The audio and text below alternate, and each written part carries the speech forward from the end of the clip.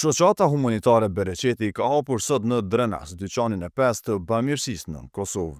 Ky dyqan do t'i furnizojë rastet sociale me produkte ushqimore, higjienike dhe veshmbathje, të cilat familjet në nevojë mund t'i zgjedhin sipas kërkesave të tyre.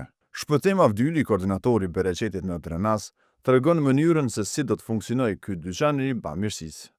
Për me lehtësu kontributin ton edhe bashkëpunimin më të lehtë me nevojtarët, ka lind ideja nga përvojat e këshillave të tjerë, qendrave tjera të Bereqetit në komuna tjera. Na si Drenas, si komunë e Drenasit, kemi jashtëzakonisht shumë kërkesa për ndihma humanitare në mënyrë të vazhdueshme.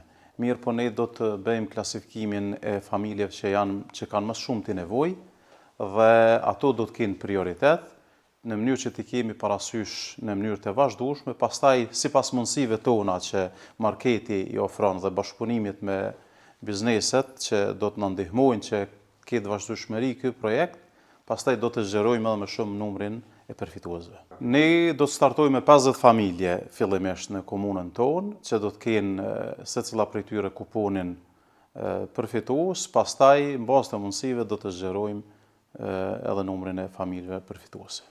Gjeladin Fazliu, përgjegjës i Bereqetit, theksoi se përmes këtij marketi jo vetëm që po ndihmohen familjet në nevojë, por edhe po ruhet dinjiteti i tyre.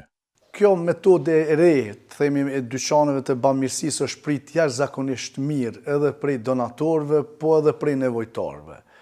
Sepse në të kalumen është përdor ajo metoda që t'i jepet një pak ushqimor edhe higjienike, t'i dërgohet ose në shtëpi familjes, nganjëherë nuk ja kemi qellu me ato artikujt të cilat janë nevojshme për atë familje, kështu që kjo metodë e këtyre dyqaneve të bamirësisë mundson që familjet të marrin artikuj vetëm ato të cilat i duhen asoj familjes.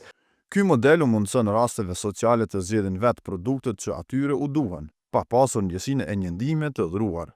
Me këtë iniciativë, Bereqeti vazhdon të jetë pranë secilës familje që ka nevojë, duke i ndihmuar në forma të ndryshme.